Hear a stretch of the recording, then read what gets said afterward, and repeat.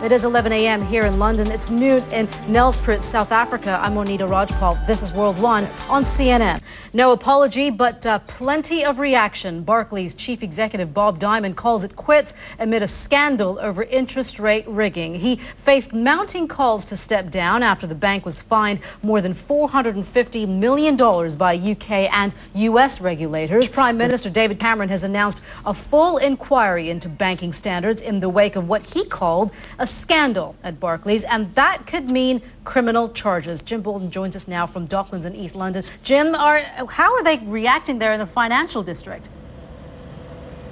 Well, it's no surprise, really, that Bob Diamond has resigned. I think people expected it. I'm not sure we expected it so quickly. Diamond's departure is expected, as we're seeing there from Jim as well, to send shockwaves through the UK's banking sector. He was at the heart of Barclays' business for more than 15 years, making him one of the most senior bankers in London. Well, Justin Urquhart, steward of Seven Investment Management, joins us now for more analysis. What's interesting, I find, about this is the difference in tone that we're seeing today. Bob Diamond is saying that he's stepping down because he doesn't want to see the reputation of Barclays in tatters. So he's doing that to protect the institution. Yesterday, we saw Marcus Agius saying that the buck stops with him taking full responsibility for something that he says that happened within his bank. No apology from Bob Diamond at all. No, and what you saw yesterday was an attempt, a sacrificial lamb, which was the chairman, who has no executive control at all. This is brilliant. Now, in terms, because as we heard there from Jim Bolton earlier, I mean, markets want to see semblance of confidence at the banks as well. They want to see management confidence as well. Right now, when we're looking at Barclays, it seems as though no one knows what's going on. One minute a chairman steps down, the next minute he's back, next day the CEO steps down, and we don't know who's going to take his place. It's a financial soap opera. That's what everyone's looking at the moment. And of course, it's a hugely complicated business that Bob Diamond... The interesting thing, he said too big to fail. Some people have been asking, too big to fail, or is it too big to jail? Well, that may be the issue for that, because in the next issue, and I suspect our friends across the water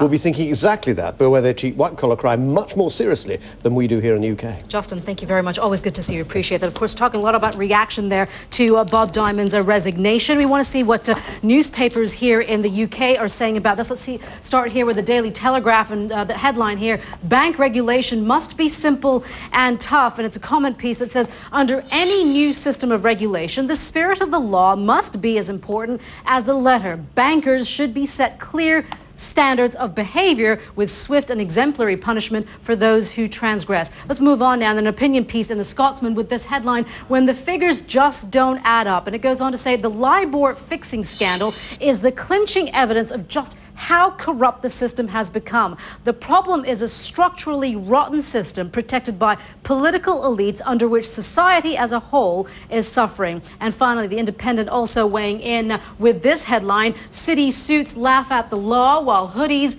get their collars felt. And it's a comment piece that says justice was severe and even relatively swift for those who set light to the streets of London and other British cities last summer. In contrast, those who burned the British economy and the financial markets by reckless gambling or by trying to rig the decks while trading for Barclays are likely to escape a similar fate if things go to form. Remember, if only it did not happen. The words of Syrian President Bashar al-Assad after his military shot down a Turkish jet. President Assad has told a Turkish newspaper he regrets the incident and says he wishes it didn't happen. But for the alleged victims of brutal torture, his government has offered no such sign of remorse, only denials. In a report released today, Human Rights Watch has laid out evidence that torture is at the heart of Syrian government policy. The rights group has gathered the testimony of hundreds of former detainees. They say they were held at detention centers in cities across Syria, including Damascus, the capital, Aleppo, and in Idlib. The report maps out in graphic detail a chilling world of torture carried out with impunity on an industrial scale. One of the testimony that we found there was, the guards hung me by my wrists from the ceiling for 8 days. That's just one of the countless number of testimony that the Human Rights Watch was able to put together in this report. Another, women, the elderly, and even children as young as 8 are reported to be among those beaten and abused at the hands of the regime, saying there was one child who was 8 years old who was with us and he was being beaten. Some of the victims describe having staples forced into their body. Others say they saw people die in detention, and they say they put staples in my fingers, chest, and ears. Yeah, some chilling detail there from those testimonies that were coming out from Human Rights Watch as they interviewed numerous people as they gathered that report. Well, CNN's Ivan Watson is monitoring the story from Turkey. He joins us now live from Istanbul. And Ivan, has there been any reaction to this report? Monita. All right, Ivan, thank you. Ivan Watson there in Istanbul. Of course, we will have more on Syria later in the show as leading figures from the Syrian opposition hold meetings for a second day in Cairo. We'll be live from the Egyptian capital. Stay tuned for that. Also, victory is not yet official, but Mexico's projected new president-elect is already talking about speedy reforms. Enrique Peña Nieto, along with his pre-party, has claimed victory in the country's elections based on partial exit polls. Regardless, Peña Nieto is busy focusing on other things, like convincing skeptics that his party's reputation for corruption is a thing of the past, and his election promises major economic reform and a fresh offensive against drug violence.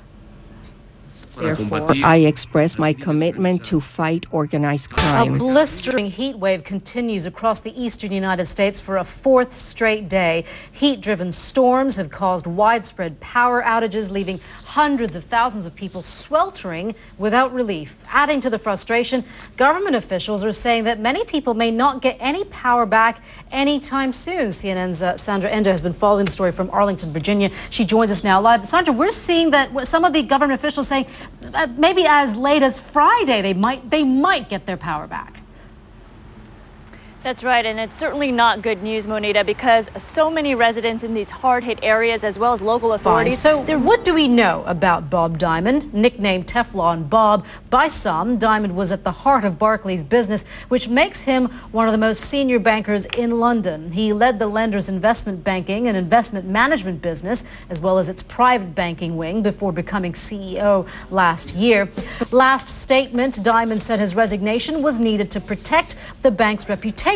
But has he left it a bit too late? Well, World Business Today anchor Charles Hodson joins us now with more on that. What do you make of all of this? I think what we're looking at is not only a bank in disarray. Right, Charles, you have no doubt will have much more on this on World Business Today coming up a little bit later on CNN. Thank you very much.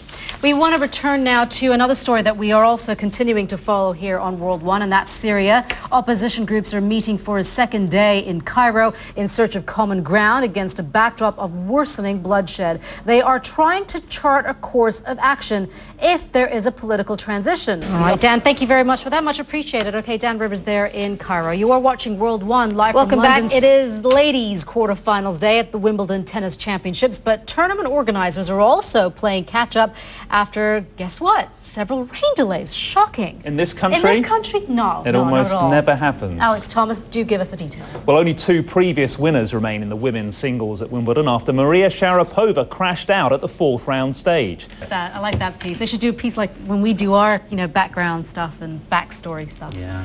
That'd be exciting too, Alex. Thank you very much. You're watching World One live from London. When we return, we'll update you on the weather situation where you are with Maya Ramos. Stay with us.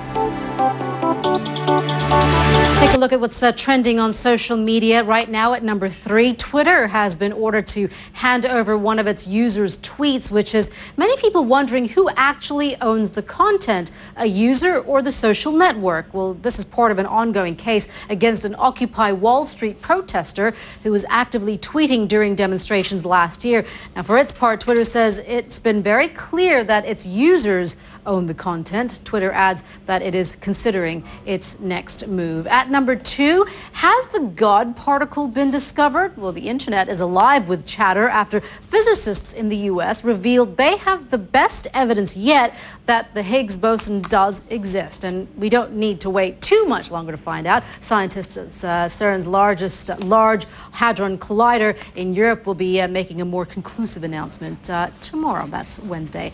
And at number 1, Mr. Tom Cruise, the actor, turns 50 today, but his birthday has been overshadowed by all the rumor and the speculation about his marriage to Katie Holmes. Holmes, as you know, recently announced she is filing for divorce after 5 years of marriage. Stories related to Tom Cruise and his religion, Scientology, are now amongst the top Google searches.